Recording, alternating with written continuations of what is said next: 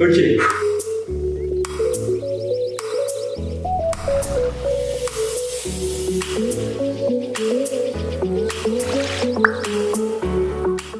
L'alerte est donnée depuis des années. Les maladies infectieuses qui se transforment en épidémie puis en pandémie ne sont pas fabriquées de nos propres mains. Ce sont un résultat mécanique de nos comportements de croissance et d'occupation de l'espace. C'est un coût caché du développement économique. En effet, ces épidémies sont fortement corrélées à nos conditions socio-économiques, environnementales et écologiques. En 50 ans, plus de 300 maladies ont été reportées. La majorité provenant d'animaux sauvages, on appelle ça les zoonoses. Hey, je suis sûr qu'ils n'ont pas compris ce que c'est une zoonose. En fait, c'est une maladie ou une infection qui est naturellement transmissible des animaux vertébrés aux humains, ou alors des humains aux animaux vertébrés. Ça y est, t'as capté? Ça peut être un virus, un parasite, ou encore, comme moi, une bactérie.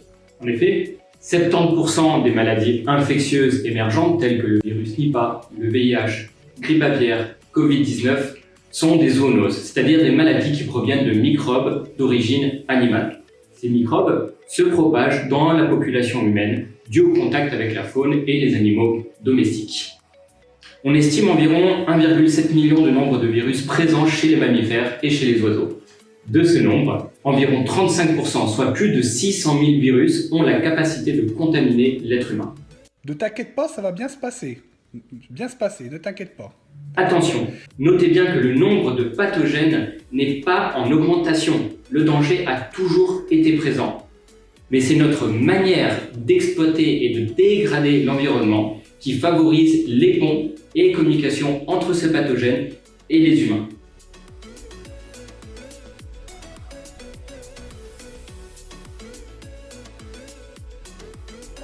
Avant d'énumérer les différents facteurs, commençons par un exemple connu dans le milieu scientifique, ce qui va aider un peu à contextualiser le fonctionnement de ces liens. Dans la fin des années 90, la demande croissante pour l'huile de palme pousse à la déforestation en Malaisie. N'ayant plus d'habitat propice, les populations locales de chauves-souris colonisent une nouvelle région utilisée pour l'industrie intensive du porc, où de nombreux arbres fruitiers ont été installés pour le pâturage.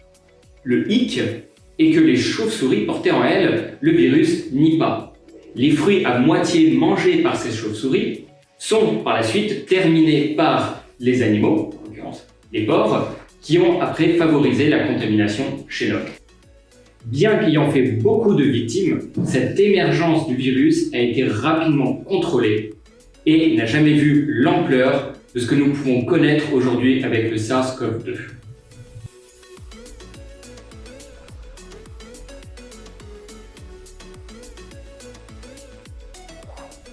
Construisons petit à petit notre château de cartes. Le nombre de maladies infectieuses est positivement lié au nombre d'êtres vivants à l'état sauvage. Alors le nombre d'éclosions de ces maladies est corrélé à la disparition de ces derniers. En effet, les activités comme la chasse illégale, les ventes sur le marché noir, les utilisations des terres telles que l'exploitation agricole, l'élevage intensif, l'exploitation forestière et minière ont radicalement changé les conditions d'habitabilité des écosystèmes et ont drastiquement fait chuter la biodiversité des espèces sauvages. Cette chute de diversité diminue ce qu'on appelle l'effet de dilution. Cela signifie que la diversité des espèces sert de régulateur des maladies et d'effet tampon à la persistance des pathogènes. En gros, plus il y a de richesse dans la biodiversité, plus les virus sont dilués dans la masse et ne risquent pas de déborder. Un autre aspect important, mais que nous n'aborderons pas ici en détail, est le rôle des sols.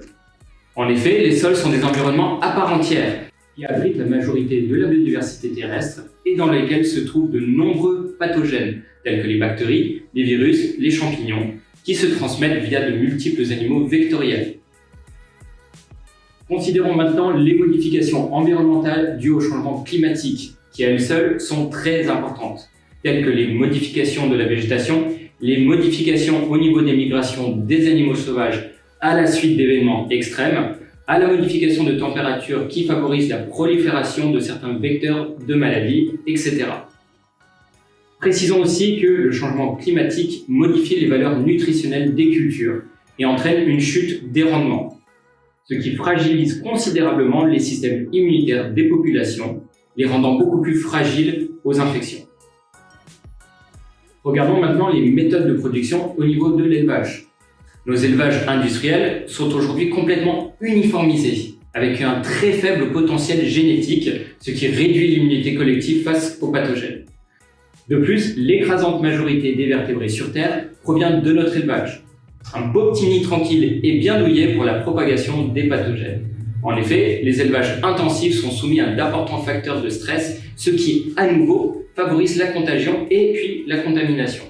Les élevages à faible diversité sont clairement associés à des risques épidémiologiques de plus grande envergure, notamment pour des pathogènes sauvages, mais aussi pour des pathogènes déjà existants, qui sont dans de bonnes conditions pour se répandre, s'amplifier et ou évoluer vers des formes beaucoup plus malignes.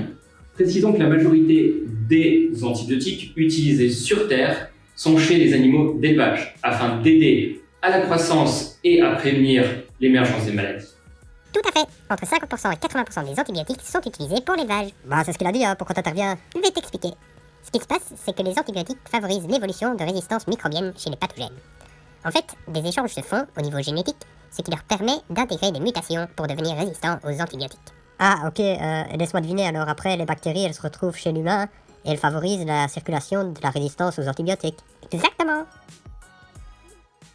Pour finir, nous devons constater que le trafic aérien et le nombre de passagers ont drastiquement augmenté depuis les années 70, avec un taux de plus de 1000%, ce qui est clairement révélateur d'un système mécaniquement conçu pour favoriser la propagation des pathogènes.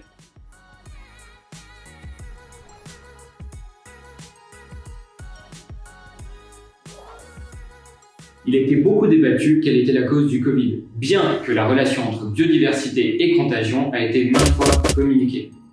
Clairement, tout était propice mécaniquement pour que cette crise se produise, notamment via les marchés d'animaux sauvages, où les animaux porteurs de pathogènes sont entassés et sont donc d'importants amplificateurs des contaminations.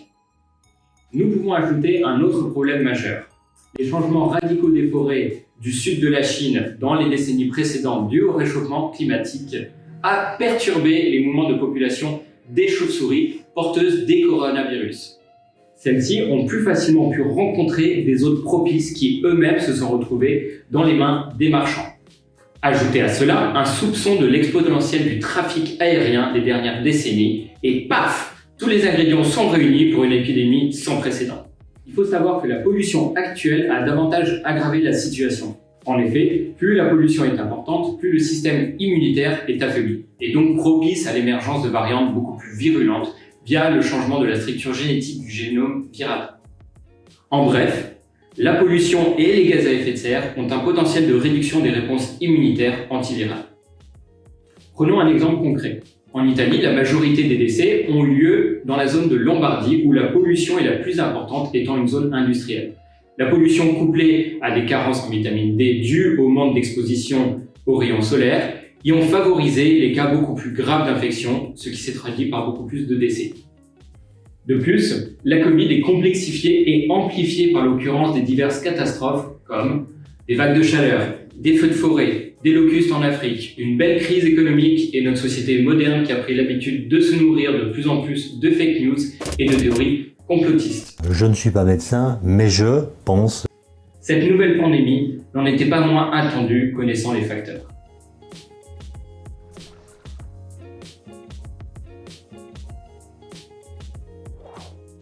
Pour conclure, bien que 5 nouvelles maladies apparaissent chaque année, n'importe laquelle ayant la possibilité de se transformer en pandémie, il est impossible de prévoir ce qui se passera dans les années à venir.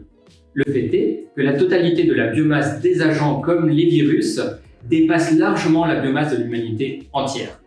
Par conséquent, le risque de rencontre entre agents pathogènes et humains est significativement probable, voire certain.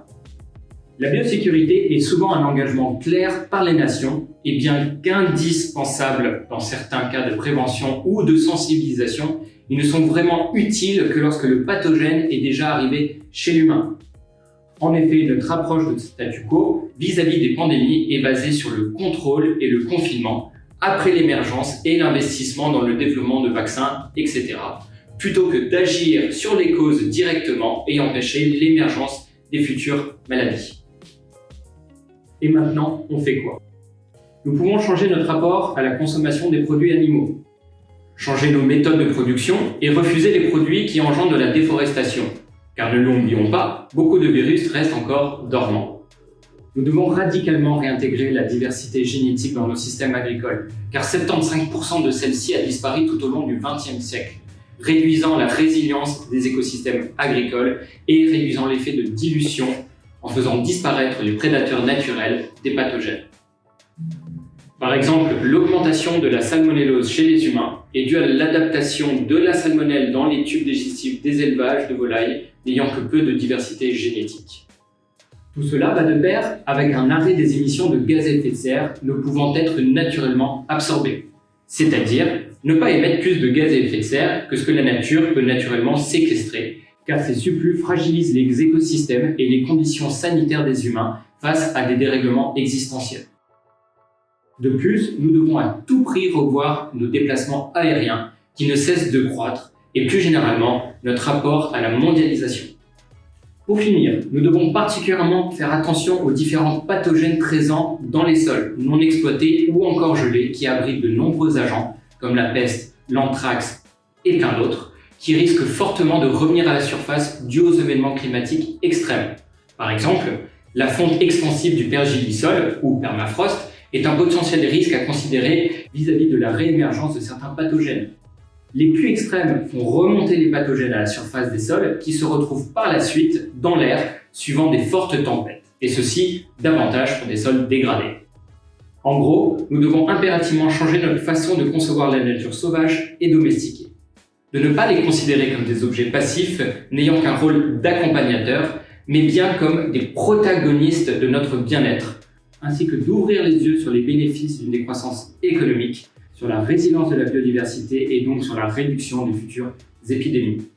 Dans le cas des maladies infectieuses, nous ne devons pas pointer du doigt, mais plutôt apprendre tout sur le répertoire des connaissances imposées par la nature. Ou alors, nous pouvons tout simplement nous dire que dépenser des dizaines de milliards par an pour arrêter la déforestation, réhabiliter les sols et augmenter la biosécurité chez les humains et le bétail ne représente que 2% d'un coût total d'une pandémie en une année. Et du coup, ça en vaut peut-être la peine, non?